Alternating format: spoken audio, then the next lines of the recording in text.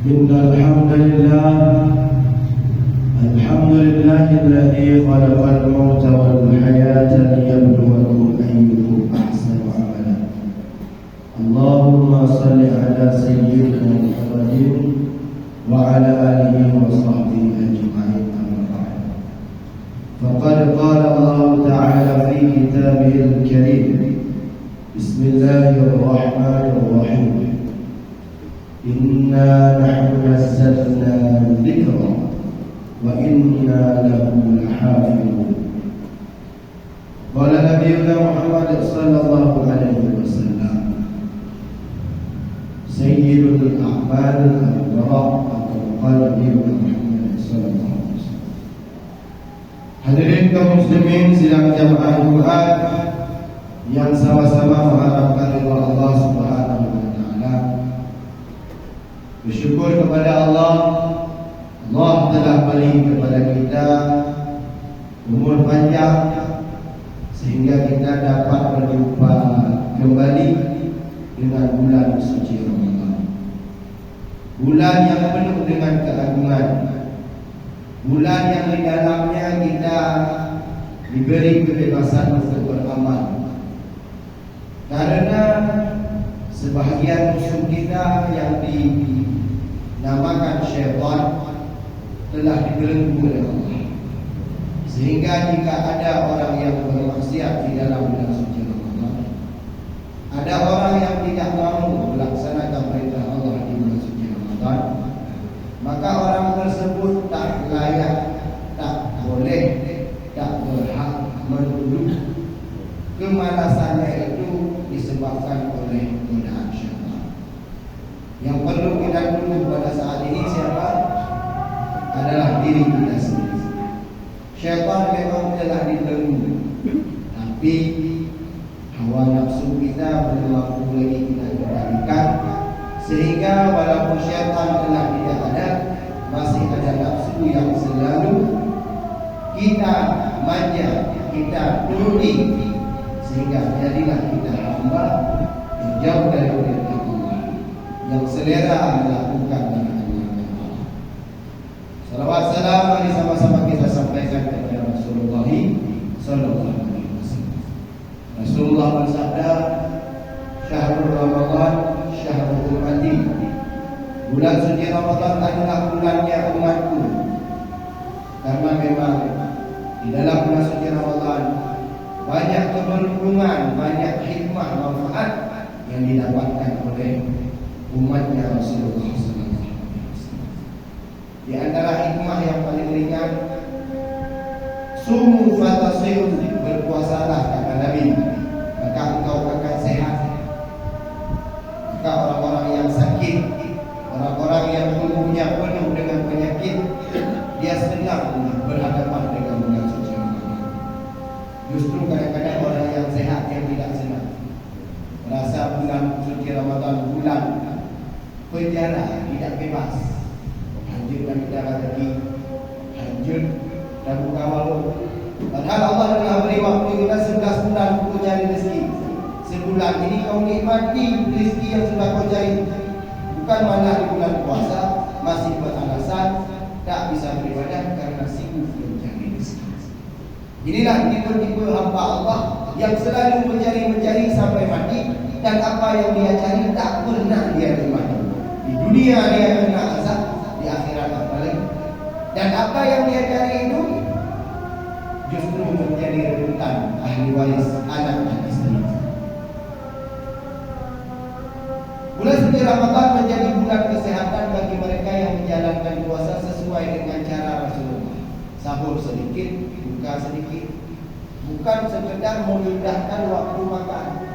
Dulu kita makan pagi, siang sama malam. Sekarang maghrib, isya, tarawih, sebelum tidur, subuh. Bukan bertambah sehat, bertambah sakit. Justru waktu makan kita semakin banyak, dan jenis makanan kita pun semakin banyak. Yang diberi dan orang alim bahwa besok hajar sini. Maka setelah Ramadan selesai, kita curhat kepada seseorang. Puji itu dah bulan Ramadan, bulan sehat. Anak sehat itu. Macam mana kita mau sehat kalau seperti ini cara kita berpuasa? Tidak sesuai seperti yang dianjurkan oleh Rasulullah SAW. Hikmah kedua, di bulan suci Ramadan Allah lipat gandakan pahala-pahala kita. Maka ada orang yang di bulan suci Ramadan bermalas-malasan dengan alasan tidur adalah ibadah. Ya, orang seperti ini tertipu. Maksud ulama tidur adalah ibadah, mengingatkan kepada kita bahwa jika tidur saja dianggap ibadah, apalagi ibadah. Maka seharusnya kita yang beriman mengejar pahala, bukan malah beralasan dengan puasa tidak sanggup beribadah. Hikmah selanjutnya di dalam bulan suci Ramadan, Syahrul Ramadan alladzi unzila fihi al-Qur'an. Bulan suci Ramadan adalah bulan diturunkannya Al-Qur'an. Al-Qur'an diturunkan dua kali. Pertama diturunkan dari Allah ke malaikat Jibril, yang kedua dari Jibril kepada Rasulullah sallallahu alaihi wasallam. Dari Allah ke langit disambut oleh malaikat Jibril, dari langit ke bumi disambut oleh Rasulullah sallallahu alaihi wasallam. Maka bulan suci Ramadan adalah bulan ulang tahunnya Al-Quran. Maka jangan aneh kalau di Aceh punya tradisi berebut-rebut mengkhatamkan Al-Quran. Karena memang bulan suci Ramadan adalah bulan khusus, bulan istimewa untuk kitab suci Al-Quran. Namun yang perlu kita ingat, ada beberapa metode dalam mengkhatamkan Al-Quran yang sebenarnya tidak sesuai. Yang pertama, kadang-kadang terlalu berasing-asing dengan irama sehingga tidak khatam. Kadang-kadang tarik alhamdulillah saja sudah 2 menit. Yang biuk begini, mau tarik bismillah, yang bismillah yang berkata-kata. Singkat cerita, satu malam paling dapat 1 juz. Padahal normalnya kita baca Al-Quran 1 juz itu paling lambat setengah jam. Coba bayangkan kalau kita tadarus dari jam 12 sampai jam 4 sampai jam 3 subuh. 4 jam kita tadarus. Minimal kita bisa khatam 8 juz Al-Quran kalau benar kita baca Al-Quran. Maksud baca Quran benar kayak mana? Warattilil Qur'ana tartila. Bacalah Al-Quran dengan cara tartil. Alif Lam Mim. Dzalikal kitabu la raiba fihi. Seperti itu. Bacaan cepat tapi tajwid dan makharijul hurufnya sempurna. Bukan cepat tidak jelas. Itu namanya buru-buru. Tapi kalau baca Quran seperti pembukaan MTQ, itu terlalu mubazir waktu, mubazir suara, mubazir tenaga, akhirnya capek. Itu metode yang salah. Bukan salah cara mengaji. Cuma untuk khatam Al-Quran di bulan Ramadan tidak sesuai cara seperti itu. Kita ingatkan sekali lagi, malam tutup dipanggil tengku 7 orang oleh pemilik rumah, dibayar 100. Duduk pakaian lengkap, macam-macam. Disediakan makan minum, rokok luar biasa. Tapi dalam satu malam paling dapat 2 juz. Itulah karena cara baca dari metode yang salah. Uang banyak habis, makanan banyak habis, begadang semalam suntuk, manfaat untuk main sedikit. Coba di rumah, jangan gengsi. Yang tak gengsi itu kerana memang jual bola. Yang ini, baik dia orang baca bagaimana wahdi, Jawa Arab. Quran itu memang ada Arab. Diturunkan di negeri Arab. Rasulullah katakan bacalah Al-Quran seperti gaya Arab. Hanya daya baca Al-Quran dengan gaya Jawa, gaya Aceh. Dia bisa. Karena Al-Quran itu bukan Al-Arabiyah, baca bahasa Arab. Dia ikut gaya orang. Karena hak dengan Al-Quran. Ada lagi baca Al-Quran di pemakaman selama 7 hari 7 malam. Itu dibayar sampai 7 juta, bahkan ada yang sampai 10 juta. Itu kadang-kadang cuma 1 kali dapat. Padahal 30 juz Al-Quran itu bisa didapatkan dalam 1 hari 1 malam. Jadi kalau 7 hari 7 malam kita begadang di kubur, itu bisa khatam 7 kali sebenarnya, minimal itu. Tapi uang banyak habis, nasi ditanggung, hijau dah untuk belanja. Longkok-longkok, celuk-celuk longkok. Tapi cuma 1 kali khatam Al-Quran. Kasihan yang punya acara. kasihan yang punya musibah.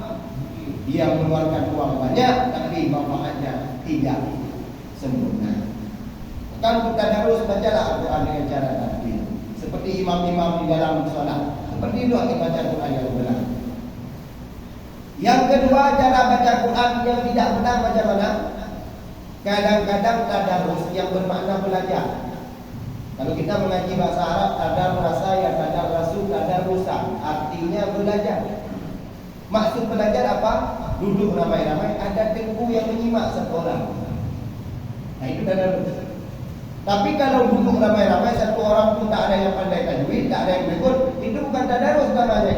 Itu gotong royong merusak Al-Quran namanya. Nah, betul baca. Orang tak ada begitu. Tak tahu PKI. Hai bibut. Kan hai bibut. Gara-gara data buka masjid dia cabut sama kampung. Karena apabila kita mendengar orang baca Quran salah, kita tidak menegur, maka kita ikut berdosa. Maka di masjid panggung kadang-kadang ada anak-anak mengaji. Kita dengar di rumah, salah mereka mengaji atau mengajinya tidak dengan etika.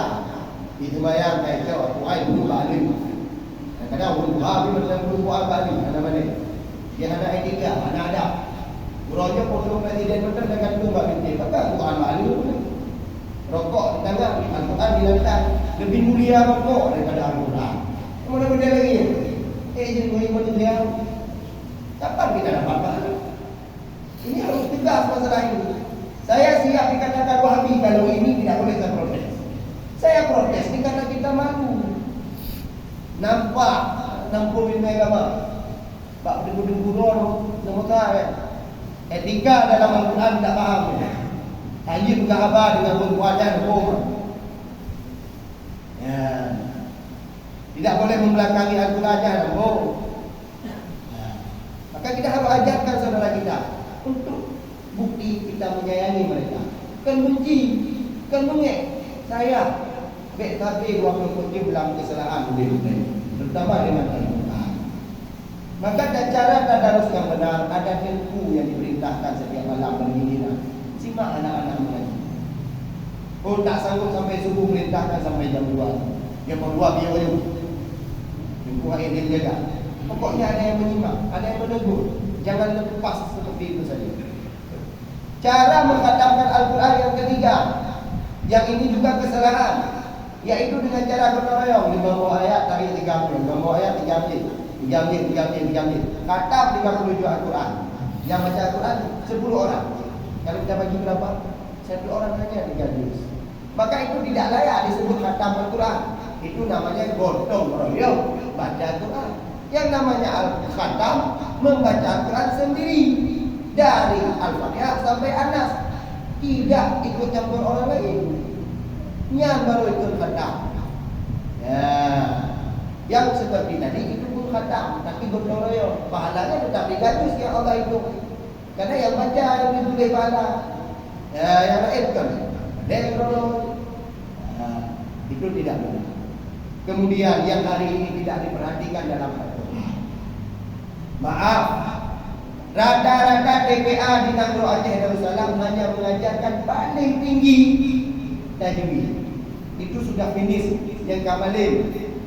Dan setelah belajar tajwid, anak-anak sudah malu pergi ke TPA. Kayu, ada lima, naik jali tu, kayu, punya mengadu. Sehingga orang tua berkata kata mak itu.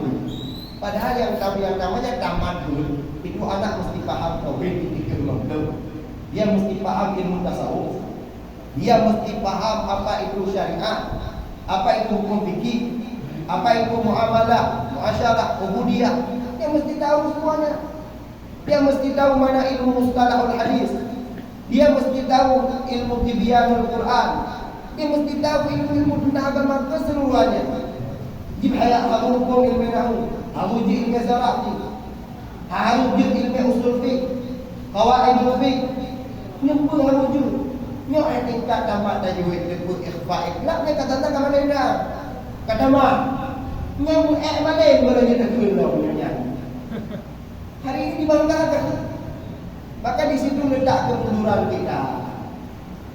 Letak keuntungan kita di situ. Dianggap kalau sudah ngaji TPA sudah selesai ilmu agama. Padahal ilmu agama tidak cukup di TPA. Itu hanya sedikit saja. Bukan berarti TPA itu tidak ada gunanya. Besar sekali manfaat TPA untuk kelas anak-anak. Bagi kita yang sudah dewasa mesti ada belajar khusus. Yang kadang-kadang SD ibu kudu pak tanpa bingung hukum syariat. Yang wajib-wajib, yang fardu ain, fardu kifayah, yang sunat, yang makruh itu menunggu. Itu baru lepas tanggung jawab kita orang tua sebagai orang tua terhadap anak kita. Di dalam ilmu Al-Quran yang banyak dilupakan oleh hamba Allah hari ini. Yang pertama makharijul huruf. Lekat yang ada huruf makharijul huruf. Hari ini kadang-kadang baca Quran hanya dilebay-lebaykan saja. Bismillahirrahmanirrahim. Ini kakak saya. Padahal kalau kita tinjau makharijul huruf itu terbagi. Ada halqi yang letaknya di tenggorokan. Ha, ain, wa, kha. Kemudian ada namanya al-jauz, al-lisan, asy-syafawi, al-khayshum. Banyak pembagiannya. Nyawa mumpung tajwid, mumpung makharijul huruf. Hari ini ada yang baca Quran mati udah. Bukan. Hari ini bismillah saja banyak yang batal salat kadang-kadang. Bismillahirrahmanirrahim. Akhirnya enggak betul juga. Karena sifat ra itu takrir. Takrir itu bergetar sekali. Lidah naik, turun. Naik ke langit-langit mendekati pangkal gigi atas, kemudian turun. Bismillahirrahmanirrahim. Ada yang bergetar lagi itu. Bismillahirrahmanirrahim. Kata kudu orang ini bukan dia apa? Kalebo. Kemudian ha yang pertama dimatikan, yang kedua hidup. Tapi hari ini apa prakteknya? Bismillahirrahmanirrahim. Kedua berarti. Padahal yang pertama saja yang ditekan. Bismillahirrahmanirrahim. Yang kedua tipis. Jangan bohong. Bagaimana sifat khasyum? Huruf mim dan huruf nun apabila berada di akhir kalimat harus dimasukkan ke hidung. Bismillahirrahmanirrahim. Alhamdulillahirabbil alamin. Bidang hidung. Karena disitulah mati huruf nun dan mim. Kan bundau. Bismillahirrahmanirrahim. Alhamdulillahirabbil alamin. Tidak sah itu salah. Maka kata ulama, kata Rasulullah, al-muadzin. Muadzin itu adalah pemborong pahala. Wal imam al-ghamin. Dan yang menjadi imam adalah yang bertanggung jawab di akhirat nanti. Bagaimana dia bertanggung jawab kalau dia sendiri tidak benar, tidak benar? Maka ingat orang kan sembarangan. Dan kemudian yang perlu kita ingat lagi dalam masalah Al-Quran, di sana ada yang disebut dengan sifat hamas, sifat yang mana huruf itu berangin. Nah huruf ta hanya takut ke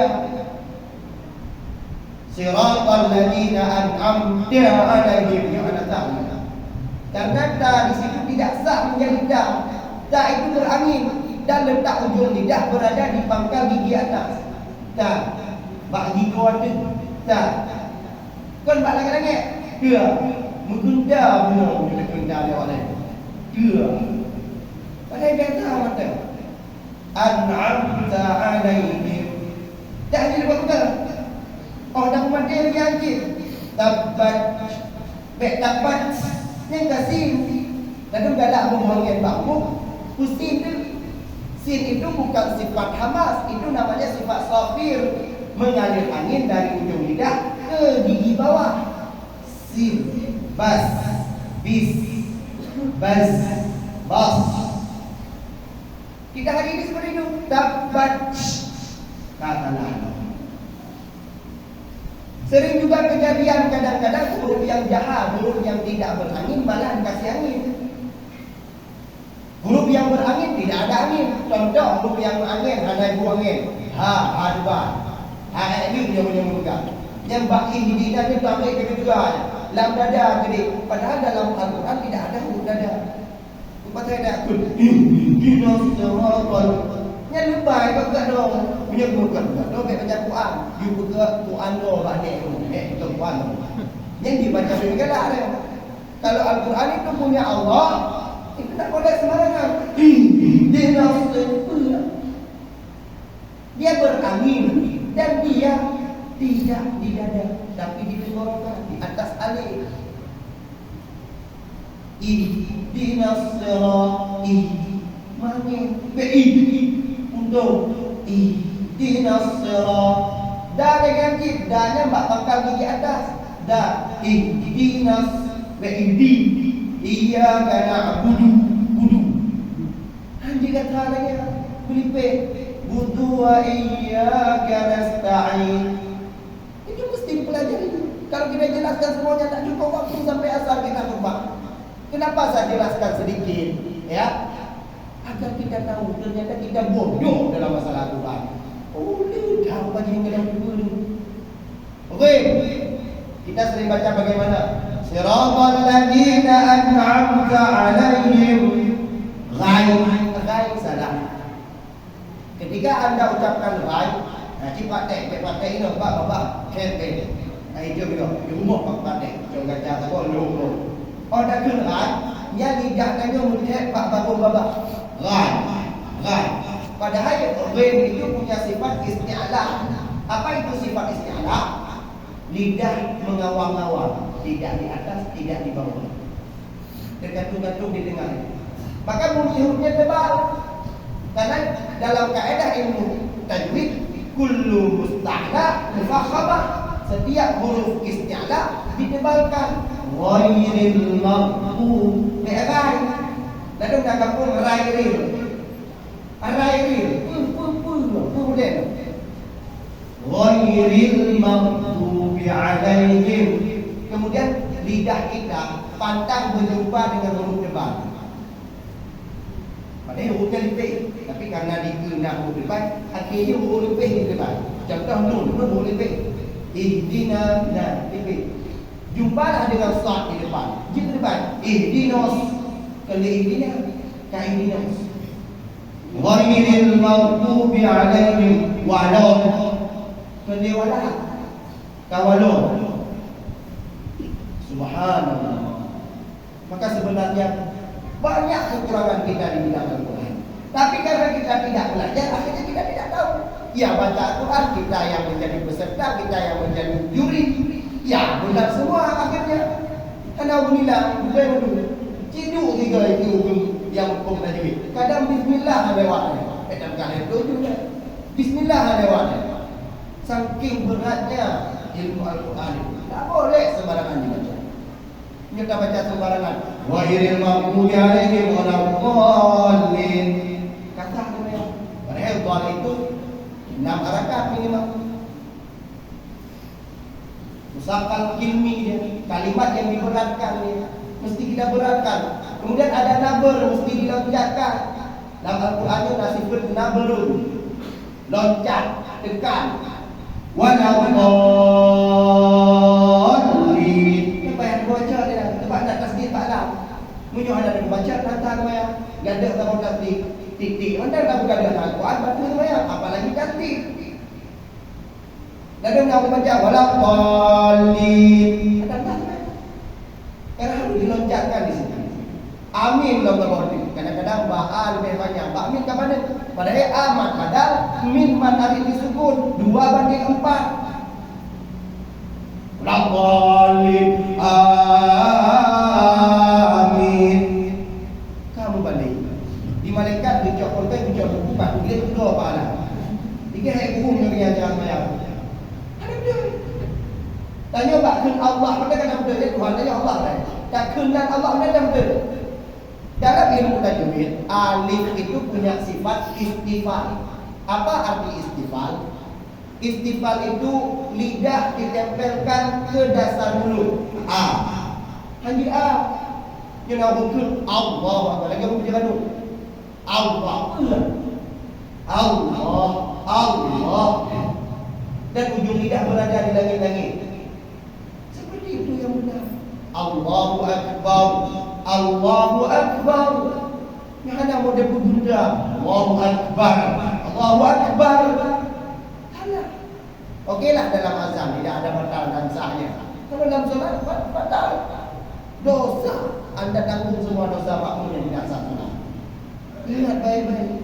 Kadang-kadang Pak Azan sudah tampung anak Pak tambungan. Allahu Akbar Allah. Padahal dalam ilmu bahasa Arab kalau dua kalimat bertemu, kalimat yang pertama harus dihidupkan huruf akhirnya. Allahu Akbarullah. Hanya kan Allahu Akbar Allah. Ya kerum. Karena ada tambung kecuali dah pedang. Allahu Akbar. Allahu Akbar. Ya mana?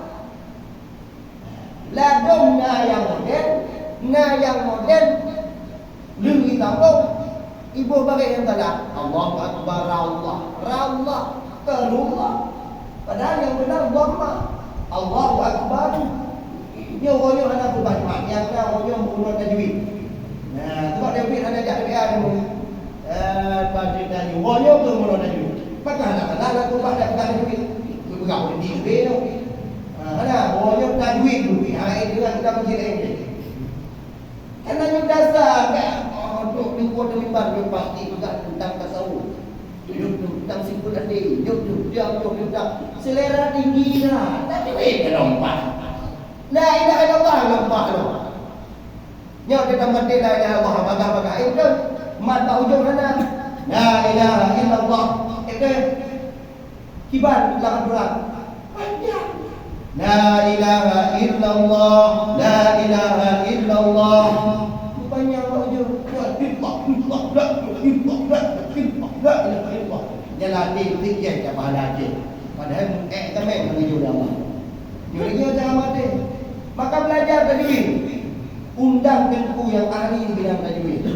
Yang bisa mengaji qiraat tentu ahli di bidang tajwid dan makharijul huruf. Undang yang khusus. Dan yang bisa makharijul huruf tu fikir kadang-kadang tu. Ada kadang-kadang tu kapal makharijul huruf. Nanti kadang-kadang itu ahli di bidang Al-Quran, tapi memang tidak ada kelebihan dari segi suara. Sebab tu biar tangga ya. Tapi lama kali huruf juara ya. Sama orang seperti itulah yang kita belajar. Dia orang kadang-kadang tu berapa ada duit lah. Dia kata kayak ilmu, maka kata kayak punya malam tu dah ramai tempur. Kata kayak itu ramai Afrika tapi. Bismillahirrahmanirrahim. Oh ini enggak ada tu. Tapi dapat.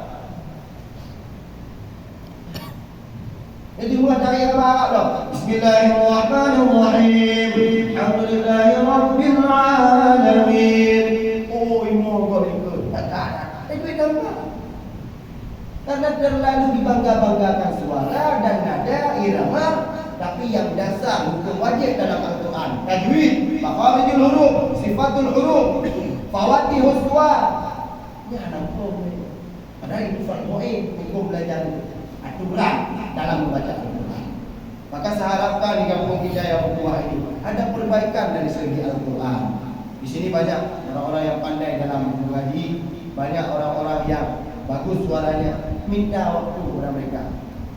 Mereka pepeng ni, ngomong betul-betul. Pegot les ilmu tajwid.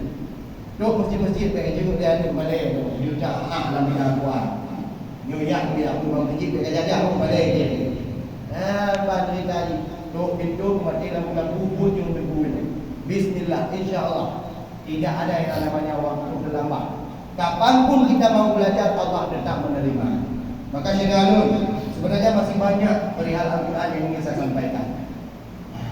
Namun karena waktu yang membatasi, mudah-mudahan Allah beri petunjuk kepada kita, kekuatan untuk kita untuk selalu mempelajari ilmu Al-Quran. Amin, amin ya rabbal alamin. Innal hamdalillah, alhamdulillahi rabbil alamin. Allahumma salli ala sayyidina Muhammadin وعلى آله وصحبه أجمعين أما بعد فيا عباد الله اتقوا الله حق تقاته ولا تموتن إلا وأنتم مسلمون. قال الله تعالى في كتابه الكريم بسم الله الرحمن الرحيم يا أيتها النفس المطمئنة ارجعي إلى ربك راضية مرضية فادخلي في عبادي وادخلي جنتي. بارك الله لي ولكم في القرآن العظيم ونفعني وإياكم بما فيه من الآيات والذكر الحكيم وتقبل مني ومنكم تلاوته إنه هو السميع العليم.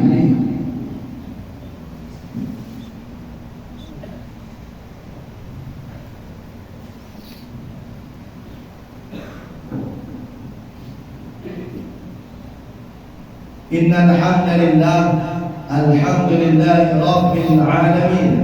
Allahumma salli ala sayyidina Muhammadin wa ala alihi wa sahbihi ajma'in, amma ba'du.